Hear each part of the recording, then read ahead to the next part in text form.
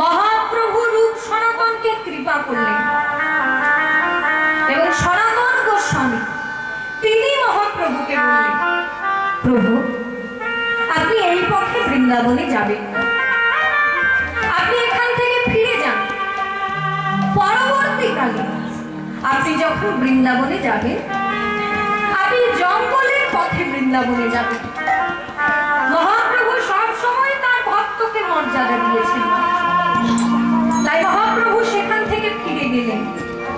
পরবর্তীকালে মহাপ্রভু যখন বৃন্দাবনে গেছিলেন ঝাড়খণ্ডের জঙ্গল হয়ে কিন্তু বৃন্দাবনে গেছিলেন।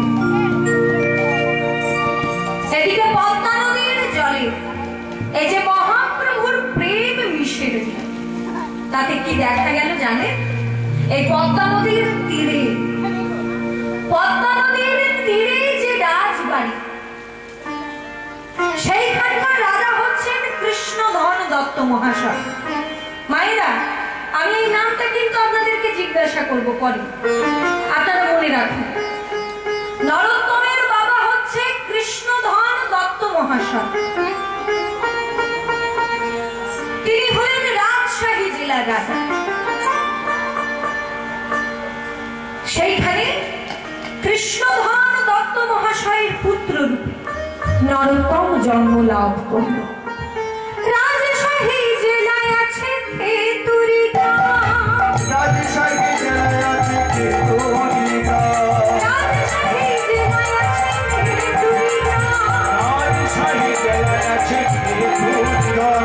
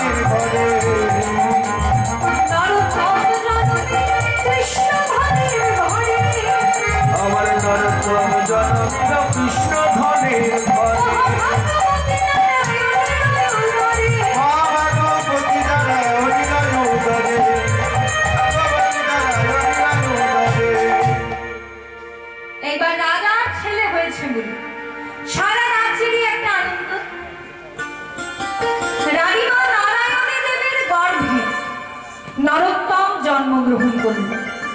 তা সারা রাজ্যের লোক এই নিয়ে আনন্দ করছে। সারা রাজ্যের লোক সেই রাজপুত্রকে দেখতে যাচ্ছে। আমাদের পাড়া থেকে এই দেখুন মা, রাজার ছেলেকে দেখতে আমাদের পাড়া থেকে মায়েরা আপনারা কি গল্প করছেন?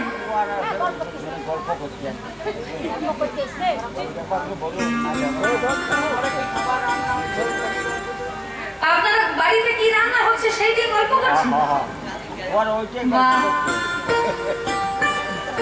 এই দেখুন, আমার দিকে তাকান। রাজপুত্র জন্মেছে,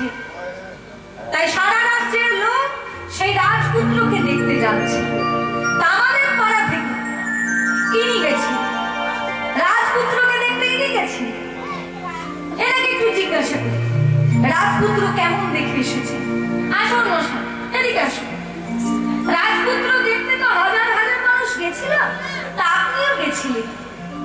বলুন রাজপুত্র কেমন লাগলো? পুরো কালো। কালো কালো হয়েছে বলে আপনার মনটা খারাপ?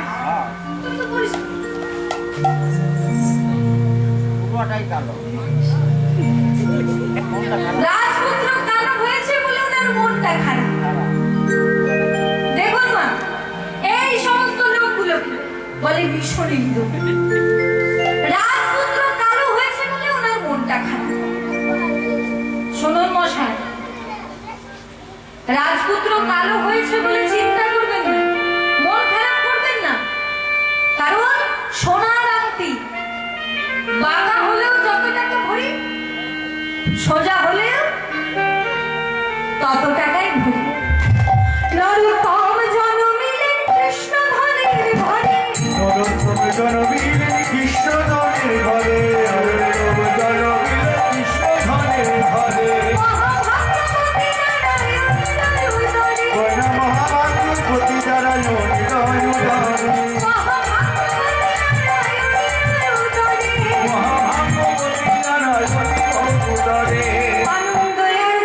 আনন্দয়ার ধরে না, আনন্দয়ার ধরে না, আনন্দয়ার ধরে না, আনন্দয়ার ধরে না, আনন্দয়ার ধরে না। রাজপুত্র হলো বলে আনন্দয়ার ধরে না, রাজপুত্র হলো বলে আনন্দয়ার ধরে না, রাজপুত্র হলো বলে আনন্দয়ার ধরে না। রাজপুত্র হলো বলে আনন্দয়ার ধরে না। নরোত্তম জনমিলেন কৃষ্ণ ধনের ঘরে, নরোত্তম জনমিল কৃষ্ণ ধনের ঘরে। এইবার রাজপুত্র হয়েছে বলে সারা রাজ্যের লোক সেই নিয়ে আনন্দ করছে। কিন্তু রাজা মশাই তিনি চিন্তা করছেন ছেলের পড়াশোনা নিয়ে। কৃষ্ণধর দত্ত মহাশয় তিনি চিন্তা করলেন আমার ছেলে রাজ ঐশ্বর্যে বড় হয়ে সে যেন শিক্ষা থেকে বঞ্চিত না হয়, তাই ছোটবেলা থেকে তার ভালো জায়গায় শিক্ষার ব্যবস্থা করতে হবে। তখনকার দিনে রাজশাহী জেলায় সর্বশ্রেষ্ঠ পণ্ডিত ছিল কৃষ্ণদাস পণ্ডিত মহাশয়। তাকে গিয়ে ধরলেন রাজা মশাই। পণ্ডিত মশাই, আপনি তো রাজশাহী জেলার সর্বশ্রেষ্ঠ পণ্ডিত, তা আমার ছেলের শিক্ষার দায়িত্বটা দয়া করে আপনি নিন। পণ্ডিত মশাই বললেন, শুনুন রাজা মশাই, আমি আপনার ছেলের দায়িত্ব নিতে পারি, কিন্তু আপনার ছেলে রাজপুত্র বলে আলাদা কোনো সুযোগ আমি দিতে পারবো না। আমি সমস্ত ছাত্রকে যেমন পড়াই ওকেও তেমন পড়াবো। ওর যদি মেধা ভালো থাকে ও নিশ্চয়ই সবার থেকে এগিয়ে যাবে। ঠিক আছে পণ্ডিত মশাই, তাহলে আজকেই আমি আমার ছেলেকে ডেকে নিয়ে আসি। হ্যাঁ হ্যাঁ, ওকে আজকেই নিয়ে আসুন, ওর ছোট্ট করে আমি একটু পরীক্ষা নিব। এইবার রাজা মশাই নরোত্তমকে নরোত্তমকে পণ্ডিত মশাইয়ের কাছে এনে দাঁড় করালেন। পণ্ডিত মশাই নরোত্তমকে বলছে, নরোত্তম, তুমি বাড়িতে মায়ের কাছে অ আ ক খ শিখেছো? নরোত্তম বলছে, হ্যাঁ পণ্ডিত মশাই, আমি বাড়িতে মায়ের কাছে অ আ ক খ শিখেছি। এই না, কাগজ দিলাম, কলম দিলাম, ক দিয়ে কিছু একটা লিখুন, খ দিয়ে কিছু একটা লিখুন, গ দিয়ে কিছু একটা লিখুন, লিখে আমাকে জমা দাও, আমি একটু ঘুরে আসি। এইবার নরোত্তম কাগজ আর কলম নিয়ে কতে কি লিখলেন? এখন যেগুলো বলবো এগুলো কিন্তু নরোত্তম দাসের নিজের রচনা। কয়ে কলি যুগে শ্রীকৃষ্ণ চৈতন্য অবতার, কলিযুগে শ্রীকৃষ্ণ চৈতন্য অবতার, কলিযুগে শ্রীকৃষ্ণ চৈতন্য অবতার। হেরিবার প্রবন্ধে করি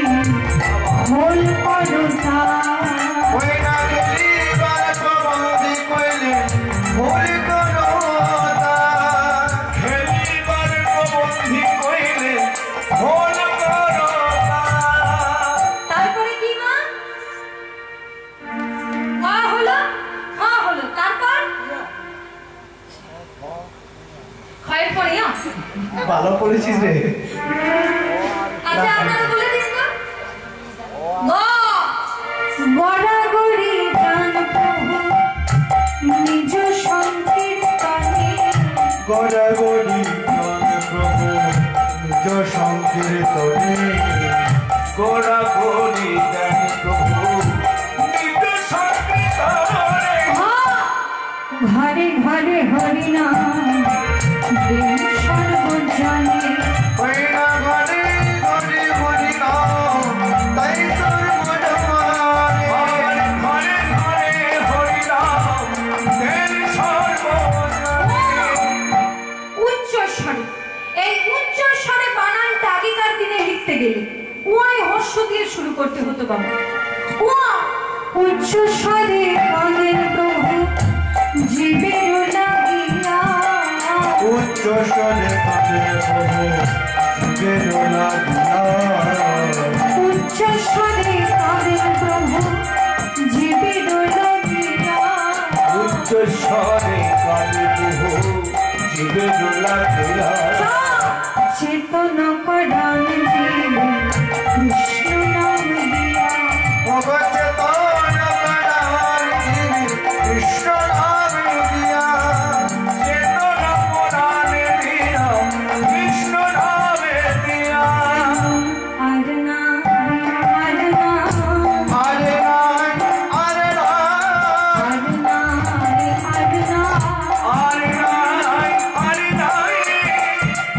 করুণা সিংহ অবতার। আর না আর না করুণা সিংহ অবতার। আর নাই আর নাই। করুণা সিন্ধু অবতার। আর নাই আর নাই। এমন করুণা সিংহ অবতার। প্রেমের ঠাকুর গৌর হরি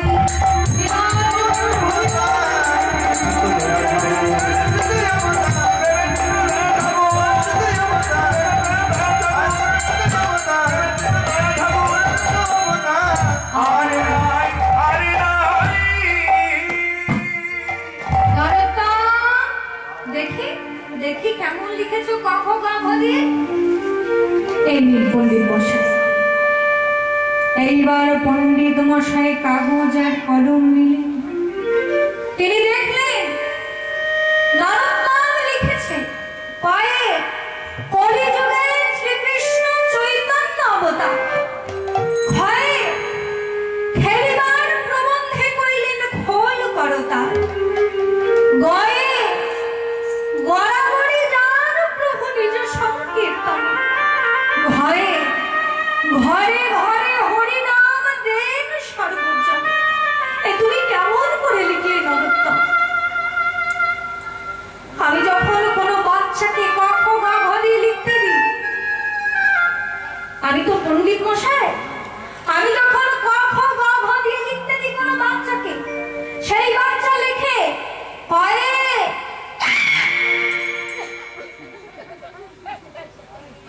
আমি যখন লিখতে দিই কোনো বাচ্চাকে পরে লেখো ক পরে খরগোশ, এই সমস্ত লিখি। আর তুমি তুমি কি লিখেছো? পরে কলিযুগে শ্রীকৃষ্ণ চৈতন্য অবতার। হয় খেলিবার প্রবন্ধে কইলেন খোল করতার। গয়ে গড়াগড়ি যান প্রভু নিজ সংকীর্তনে। ঘরে ঘরে ঘরে হরিনাম দেন সর্বজনে। হে তুমি কেমন করে লিখলে নরোত্তম? তোমার মতো ছাত্র আজ অব্দি আমি দেখিনি। তোমাকে আমি কি শেখাবো নরোত্তম? তুমি তো দেখছি সব শিক্ষা নিয়েই জন্মগ্রহণ করেছে।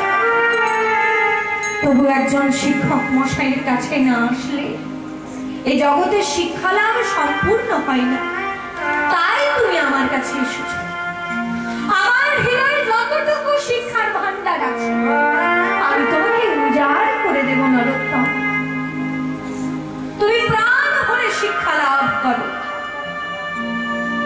এইবার নরোত্তমকে পণ্ডিত মশাই শিক্ষা দিতে লাগলেন। খুব অল্প সময়ের মধ্যে গভীর পাণ্ডিত্য লাভ করলো নরোত্তম।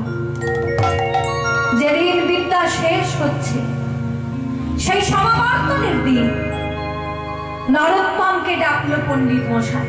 নরোত্তম, আজ তোমার এখানে শিক্ষালাভ সম্পূর্ণ হয়েছে নরোত্তম। এইবার তুমি হয়তো বাড়িতে গিয়ে রাজত্ব লাভ করবে, রাজকার্য সামলাবে। কিন্তু শোনো নরোত্তম, বাড়ি যাবার আগে আমি তোমাকে একটা কথা জানিয়ে দিতে চাই। এই সোনার বাংলায় জন্মগ্রহণ করে কেউ যদি প্রেমের ঠাকুর চৈতন্য মহাপ্রভুকে ঠিক ঠিক না জানে, সে যতই শিক্ষা লাভ করুক না কেন, তার শিক্ষা অসম্পূর্ণ। আমি বাংলায় জন্ম নিলাম, কিন্তু গৌরাঙ্গ মহাপ্রভুকে চিনলাম না, তাহলে আমি অসম্পূর্ণ বাঙালি, আমি বাঙালি হিসেবে সার্থক নই। তাই শোনো নরোত্তম, আমি তোমাকে একটা কথা জানিয়ে দিতে চাই। চারি বেদ সর্বদর্শন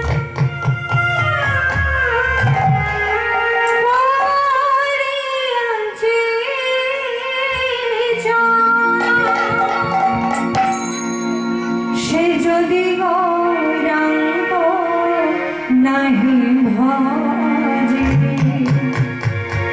সে যদি গৌরাঙ্গ নাহি ভজে। হৃদয় গৌর হরি গৌর হরি। চারি বেদ সর্বদর্শন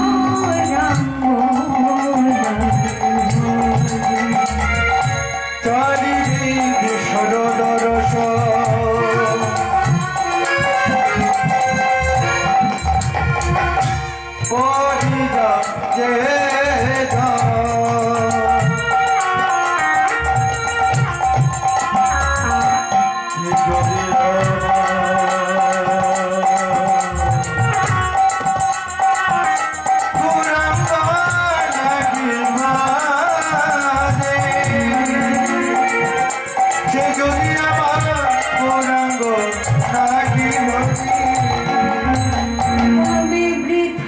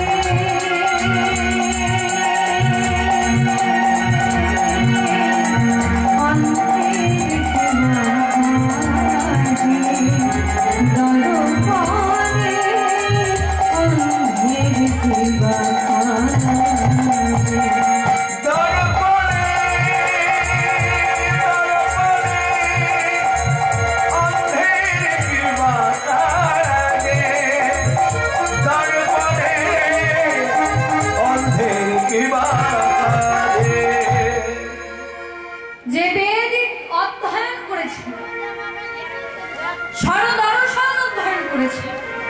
চারটি বেদের কি কি নাম? চারটি বেদ ঋগ, সাম, যজুর আর অথর্ব। এই হচ্ছে চারটি বেদের নাম। আর ছয়টি দর্শন হচ্ছে সাংখ্য, যোগ, ন্যায়, বৈশেষিক, মীমাংসা এবং বেদান্ত। মায়েরা আপনারা মন দিয়ে শুনুন, চারটি বেদ পড়েছেন, ছয়টি দর্শন পড়েছেন, কিন্তু গৌরাঙ্গ মহাপ্রভুকে চেনে না।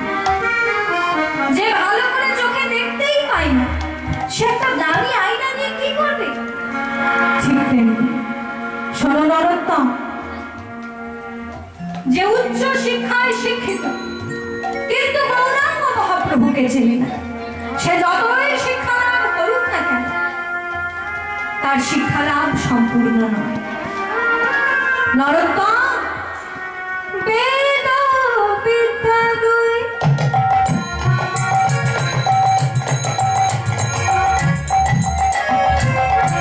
কিছুই নাহি জানুই,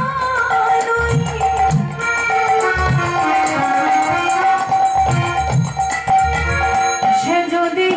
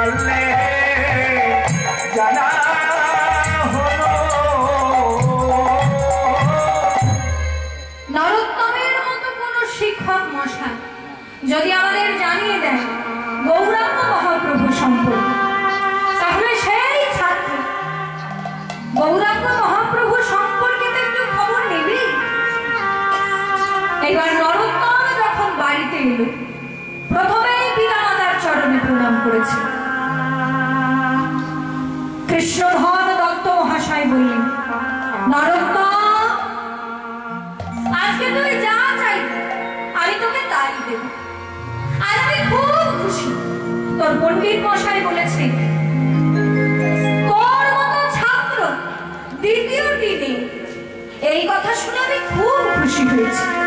বল নরোত্তম, তোর কি চাই? তুই আজকে যা চাই আমি তোকে তাই দেব। এইবার নরোত্তম বলে উঠল, বাবা আমি একটা জিনিস চাইবো, তুমি আমাকে দেবে? হ্যাঁ দেব তো, বল বল তোর কি চাই? আমি একটু পদ্মা নদীতে স্নান করতে যাব। পদ্মা নদীতে স্নান করতে যাবি কেন? পদ্মা নদীতে স্নান করবি কেন? বাবা আমার পণ্ডিত মশাই বলেছে মহাপ্রভু যেহেতু পদ্মা নদীর জলে স্নান করেছেন, তাই মহাপ্রভুর পদধূলি পদ্মা নদীর জলের সঙ্গে মিশে রয়েছে।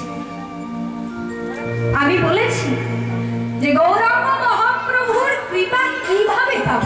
তিনি বলেছেন পদ্মা নদীর জলে যেহেতু মহাপ্রভু স্নান করেছেন,